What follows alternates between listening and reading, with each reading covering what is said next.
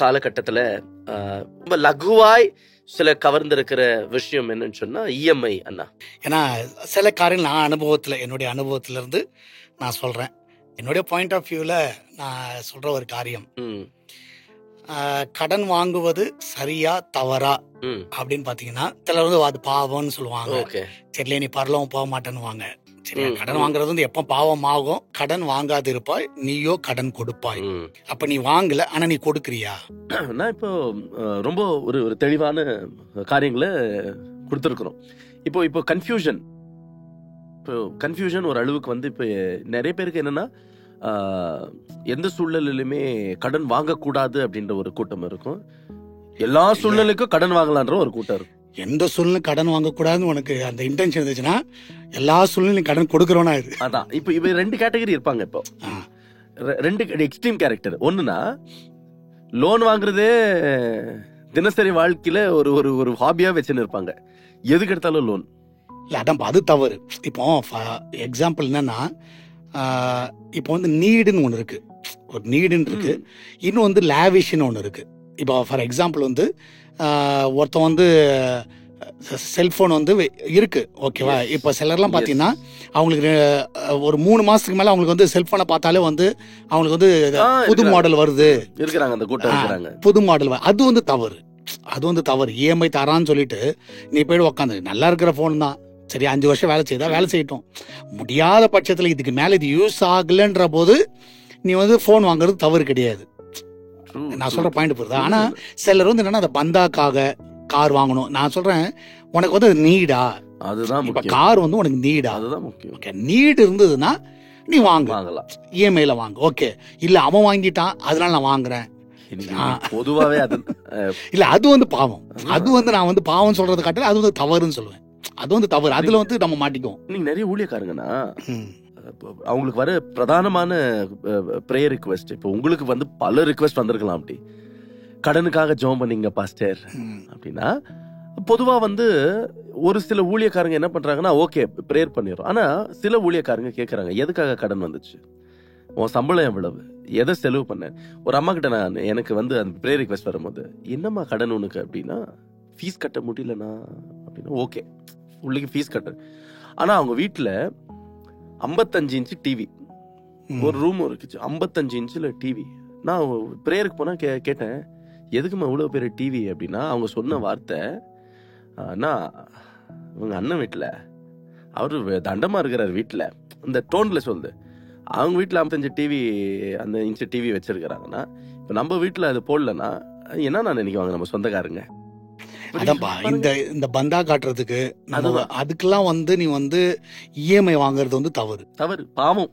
அது வந்து பாவம். அதெல்லாம் தவறு தான். உனக்கு அது தேவையில்லாதது. இப்போ ஃபார் எக்ஸாம்பிள் உனக்கு என்ன கெப்பாசிட்டி தெரியுமா? அதான் பேங்க்ல வந்து ரொம்ப அழகான சிஸ்டம் என்னன்னா, அவன் வந்து முதல்ல உன்னோட இன்கம் எல்லாம் வந்து அனலைஸ் பண்றான். அனலைஸ் பண்ணிட்டு உன் குடும்பத்துக்கு எவ்வளவு செலவாகும், உன் பிள்ளைக்கு எவ்வளவு செலவு. ஒரு 100 ரூபாய் சம்பாதிக்கிறதுல அவன் வந்து 30 ரூபாய் தான் அவன் லோன் தரான். மீதி 70% வந்து உன்னுடைய இதுல தான் அவன் கொண்டு வரான். ஸோ அப்போ 30 ரூபாய்க்கு இவன் என்ன பண்ண முடியும் அப்படிதான் பாக்குறாங்க. அப்போ ஒரு உலகத்தான் ஒரு நிறுவனமே அதை பார்த்து பண்ணும்பொழுது நம்ம வந்து கேர்ஃபுல்லாக ஹேண்டில் பண்ணணும்.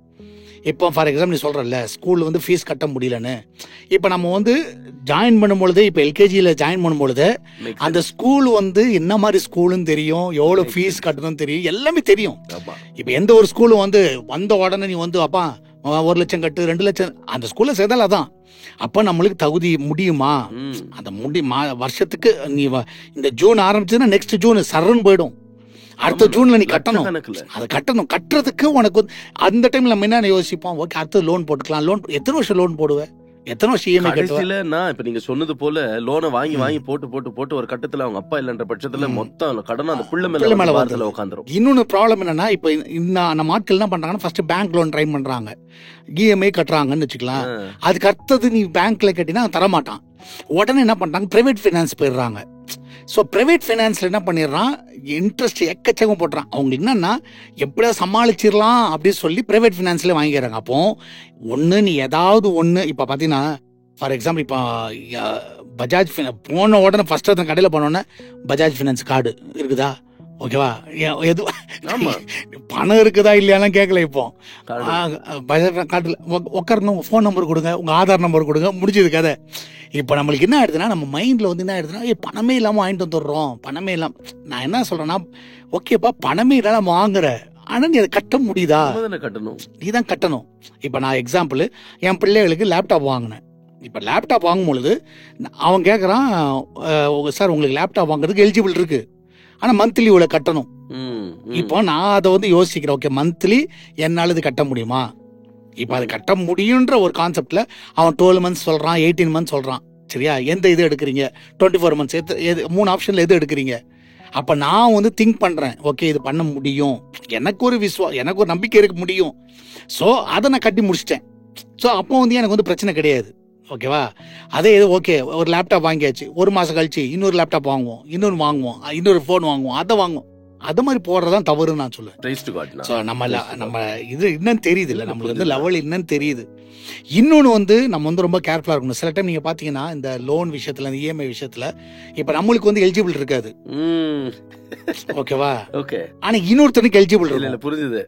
எப்பவுமே வசனம் என்ன சொல்றதுன்னா, இன்னொருத்தனோட வந்து நீ வந்து அவன் எப்படிப்பட்டவனு உனக்கு தெரியாது, அவனுக்கு போய் நீ வந்து என்ன பண்ணாத, ஜாமீன் கொடுக்காத. அதுதான் நிறைய பேர் மாட்டில முழிக்கிறது. இப்ப சொல்லுவாங்க, என் ஃப்ரெண்டுக்கு நான் வாங்கி கொடுத்துட்றேன், என் ஃப்ரெண்டுக்கு நான் செய்யறேன் அப்படின்வாங்க.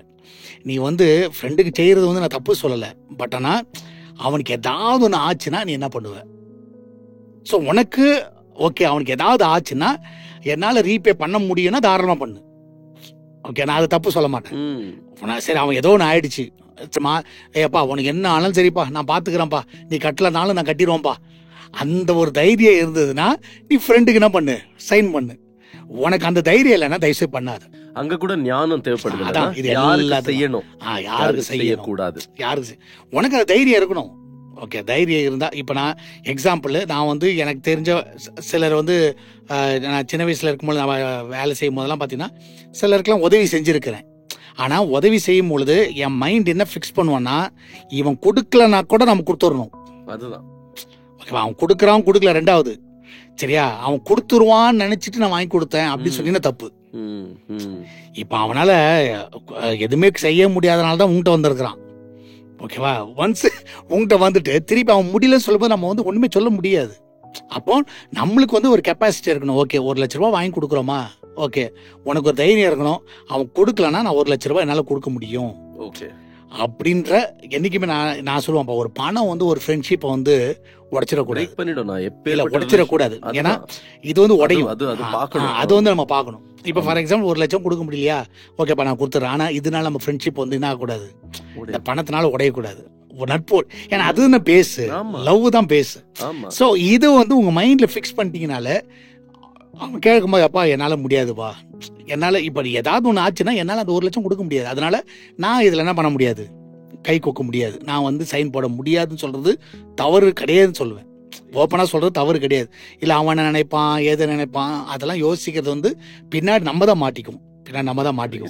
அப்போ இது பொதுவாகவே என்ன, இது 2 பாகமா பார்க்குற நம்ம எல்லா வியூவர்ஸ்க்கும் விசுவாசிகளுக்கும் கடன் வாங்கலாமா வேணாமா அப்படின்ற கேள்விக்கு மிக தெளிவான ஒரு பதில் அண்ணன் கொடுத்திருக்கிறது. என்னன்னா, அந்த கடன் உங்களால கட்ட முடியுமா, நம்பர் 1, அது தேவையா, தகுதியா, சூழ்நிலை என்ன, இதுதான் அது முடிவெடுக்கும். நம்மளால கட்ட முடியும், அது அந்த சூழ்நிலைக்கு அது தேவை, இதெல்லாமே சுய ஞானத்தினால இல்ல, அந்த நேரத்துல வந்து ஒரு ஞானத்தின் அடிப்படையில தான் அதை முடிவெடுக்கணும். உன்னால கட்ட முடியாது, கட்ட மாட்டேன், இது திருப்பி கொடுக்க முடியாதுன்ற பட்சத்துல சுயநலத்துக்காக அதை செய்யும் போது அது பாவம். ஸோ இன்னொன்று வந்து நான் வந்து சர்ச் பிலீவர்ஸ் நான் சொல்லுவேன்ப்பா, இப்போ மந்த்லி வந்து ஒரு 1000 ரூபாவோ 2000 ரூபாவோ நீ வந்து ஏதாவது சேர்க்க முடிஞ்சா, ஸோ அது வந்து ட்ரை பண்ணி பாருங்க, ஏதாவது ஒன்று கட் பண்ணுங்க. இப்போ ஃபார் எக்ஸாம்பிள் ஏதாவது ஒரு எக்ஸ்பென்சஸை நீ கட் பண்ணலாம், சரியா? கட் பண்ணிட்டு அதை வந்து போயிட்டு ஃபார் எக்ஸாம்பிள் இந்த நல்ல இப்போ தங்க கடை நகைகள்லாம் ஜிஆர்டி ஸ்கீம்ஸ் இருக்கு, இதுல போயிட்டு அது வந்து ஏமாறுறதுலாம் போய் பார்த்துக்காது, அதுவும் பார்த்துக்கணும். சரியா, நல்ல எஸ்டாப்ளிஷ்டு. சரியா, இப்ப நிறைய இடத்துல தங்க கடை லோன் தரேன்னு சொல்லிட்டு சும்மா சாதா சின்ன ஆட்கள்லாம் ஆரம்பிக்கிறான், ஏமாத்திட்டு ஓடிடுறான். இப்ப ஜென்ரலா ரொம்ப பல வருஷமா இருக்க இப்ப ஜிஆர்டி எடுத்துக்கோங்களேன். எனக்கு தெரிஞ்சு இப்ப ஜிஆர்டில போயிட்டு மாசம் நீ வந்து ஒரு 2000 ரூபாய் கட்டு, சரியா, இல்லைன்னா ஒரு 5000 ரூபாய் கட்டு, உன்னால என்ன முடியும்.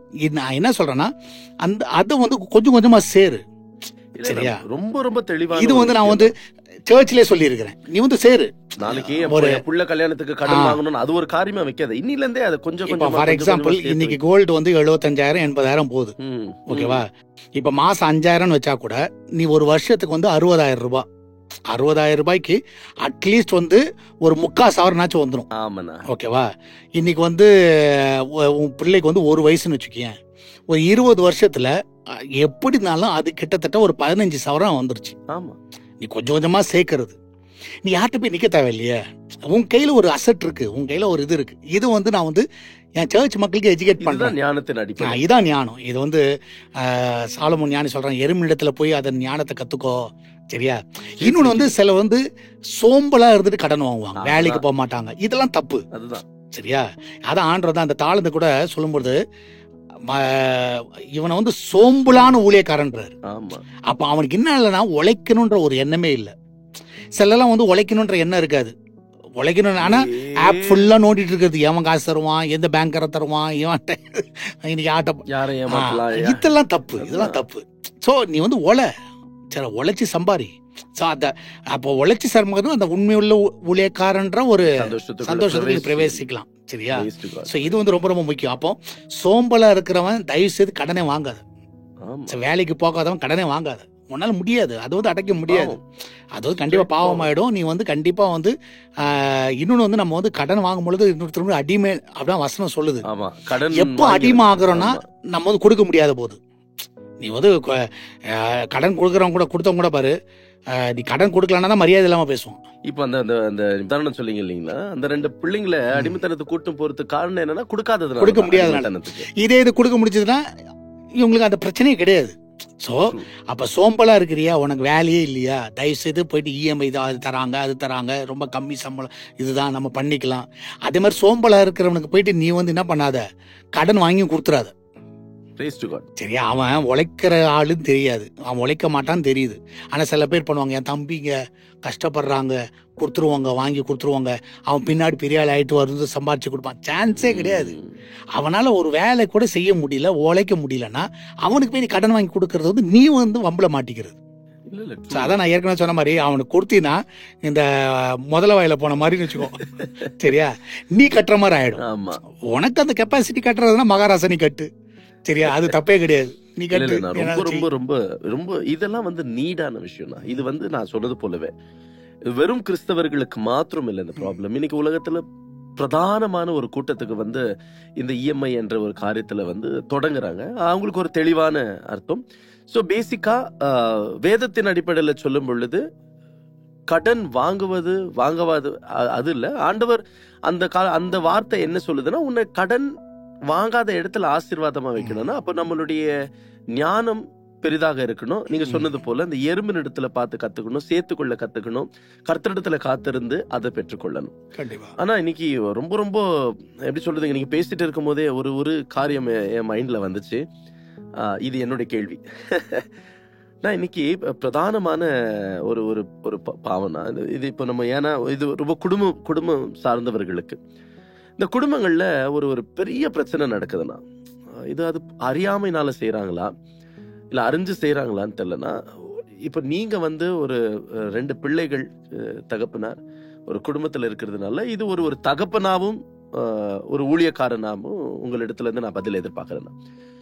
இன்னைக்கு பொதுவா ஒரு தகப்பன் தாய் வந்து என்ன பண்றாங்கன்னா, பிள்ளைங்களை வந்து வீட்டுல விட்டுட்டு மாங்கன்னு வேலை செய்யறாங்கண்ணா.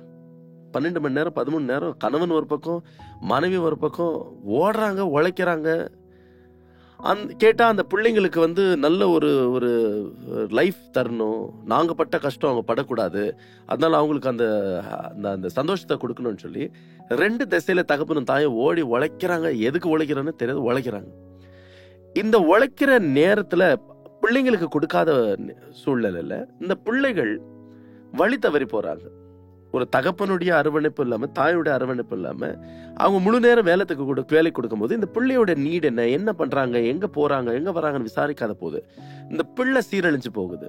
ஒரு கட்டத்துல சீரழிவின் உச்சத்துக்கு போன பிறகு உனக்காகத்தானே நான் கஷ்டப்பட்டேன், உனக்காகத்தானே வேலை செஞ்சேன்னு சொல்லி ரிட்டர்ன் வரும்போது அந்த பிள்ளை ஆல்ரெடி அந்த உச்சியில நின்றுட்டு இருக்கும். உன்ன என்ன கீழே விழணும். இது பொதுவா ஜனங்களுக்கு தெரிஞ்சிருந்தோம். இத தொடர்ந்து செய்யறதுக்கு உண்டான மனநிலைமை என்னவா இருக்கலாம்னா, இது ஒரு பொதுவான கேள்வி. ரெண்டாவது கேள்வி, ஒரு குணசாலின ஸ்திரீகளுக்கு உண்டானவே ஒரு காரியம் என்னன்னா, தன் பிள்ளைகளை கர்த்தருக்குள்ள வைக்கணும். அந்த வசனம் அதான் சொல்லுது, உன் பிள்ளைகள் கர்த்தரால போதிக்கப்படுவார்கள். அதனால அந்த பிள்ளைகளுடைய ஆசீர்வாதம் சமாதானம் உனக்கு பெருசா இருக்கும்.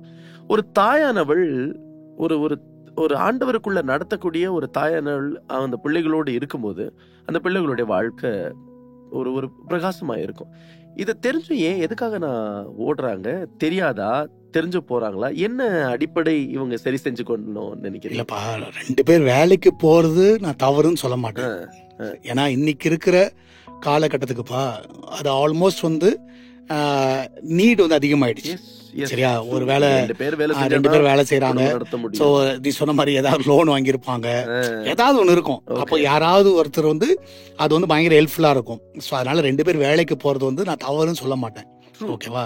இன்னொன்னு என்னன்னா, அப்படி போறதுனால என் பிள்ளைகளை கவனிக்க முடியலன்றது தான் தவறு. அதுதான். ஸோ நம்ம இது நம்ம அனலைஸ் பண்ணணும். இப்போ ஃபார் எக்ஸாம்பிள் 2 பேர் வேலைக்கு போனாலும் நம்ம வேலை 24 hours நம்ம அதுக்கு இம்பார்ட்டன்ஸ் கொடுக்காதபடி, ஸோ வேலைக்குன்னு ஒரு டைம் இருக்கு, அந்த டைம் முடிச்சுட்டு வீட்டுக்கு வரியா, ஸோ ஸ்பெண்ட் டைம் அந்த பிள்ளைகளோடு நீ செலவு ஏதாவது ஒரு செலவு பண்ணணும்.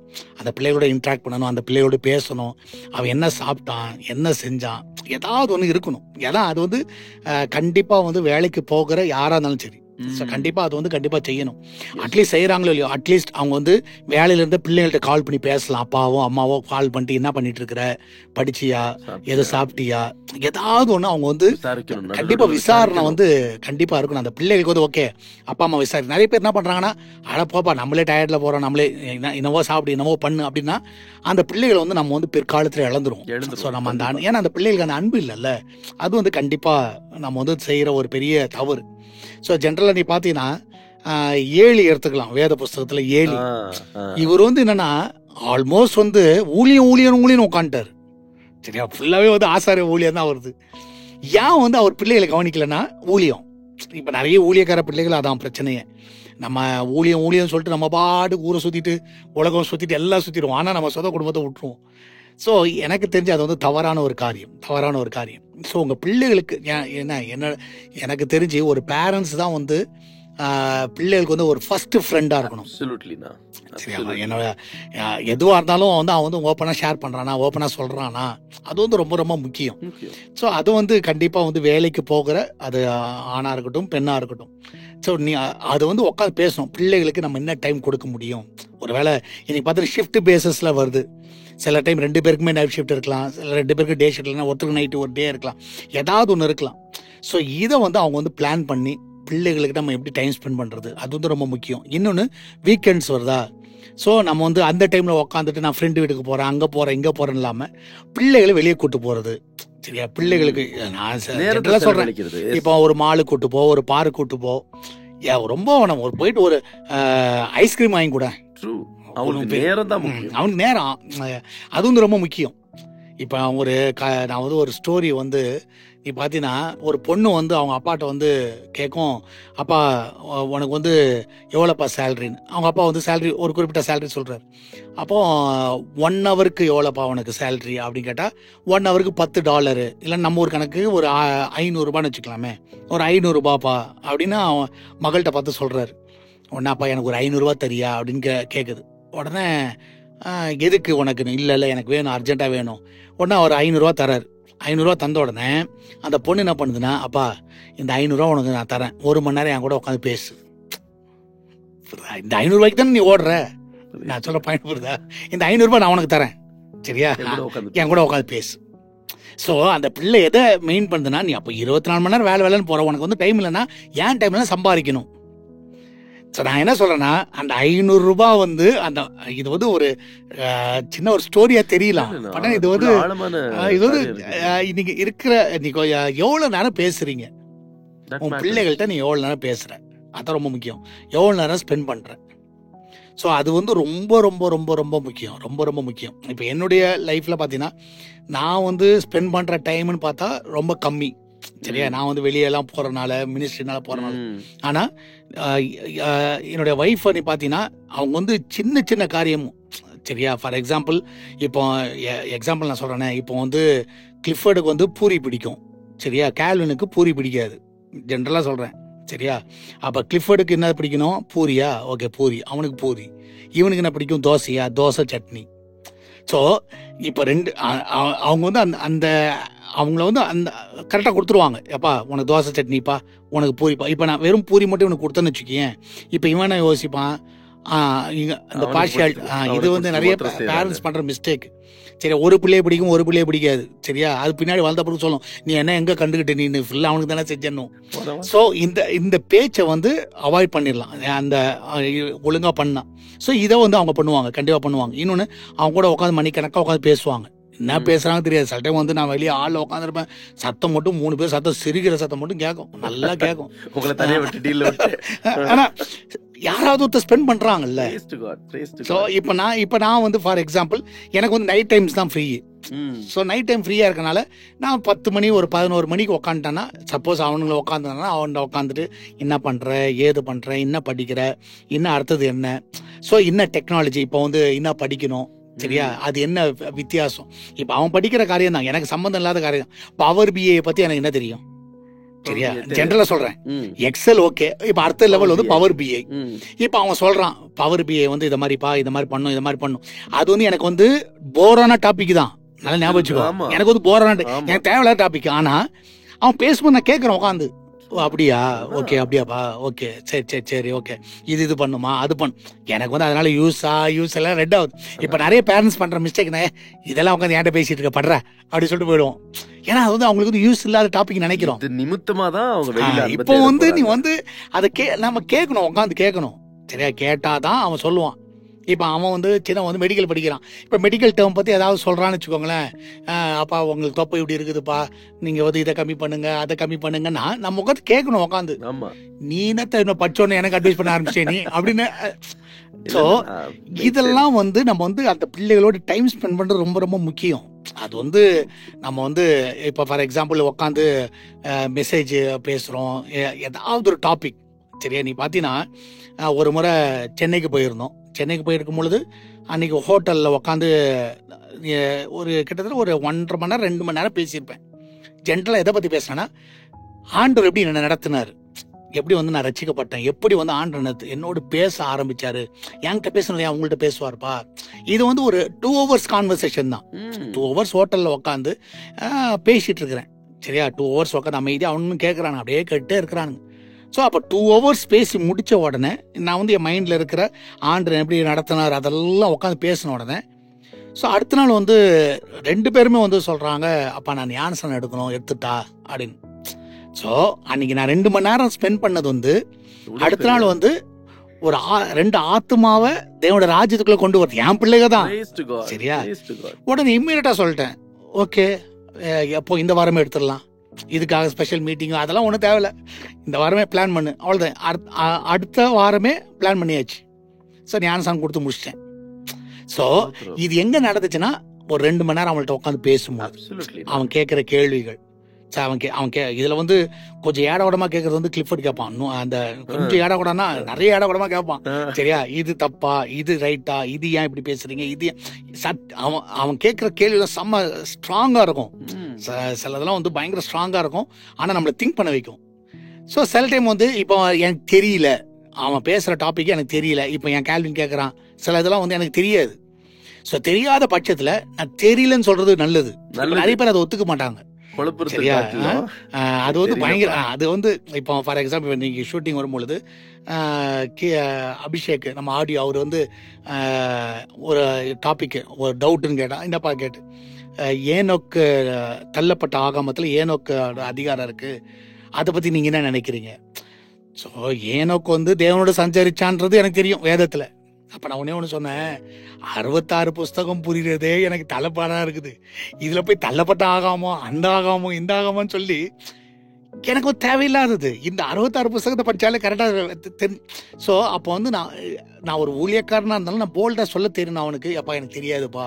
இல்ல ஒரு பெரிய தைரியம் தெரியலன்னு சொல்லிட்டு போ. அதுக்குள்ள ஃபிக்ஸ் ஆகுது. இப்போ சில டைம் வந்து தெரியலன்னு சொல்லிட்டு போ, அது வந்து தப்பே கிடையாது. அவ்வளவுதான். ஸோ அதை வந்து நீ வந்து பிள்ளைகள்கிட்ட சொல்ல தெரியணும். ஒன்னா ஆலயத்துக்கு வா, சண்டே குடும்பமா வா. பிள்ளைங்கள்கிட்ட நான் நேரமே செலவழிக்கல, இது வரைக்கும் நேரம் செலவழிக்கல, வேலை வேலை வேலை வேலை வேலை இருந்துட்டேன். நீங்க சொன்ன அதே வார்த்தை. இன்னைக்கு என் பிள்ளைய கொஞ்சம் முடியல, அவன் காலேஜ்க்கு அவன் வேற உலகத்துல இருக்கிறான். இது பழி வேற. உனக்காக தானே நான் கஷ்டப்பட்டு இருக்கேன். என்னத்த கஷ்டப்பட்டு நேரம் கொடுக்காது வாங்கினா இப்ப லீவ்னாலையும் வந்து ஓட்டி தரானா காசு தரானா, ஓகே ரைட்டு வேலைக்கு போ. நம்ம ஆட்கள் அதான் எதிர்பார்க்கறேன். இன்னைக்கு போனா 500 ரூபா கிடைச்சிரும். சொன்னது போல எத்தனை பேர் இப்ப திட்டிருக்கிறாங்க. என் வீட்டுல வந்து பாரு, உனக்கு அப்பதான் தெரியும் நீ கேள்வி கேட்கறேன்னு.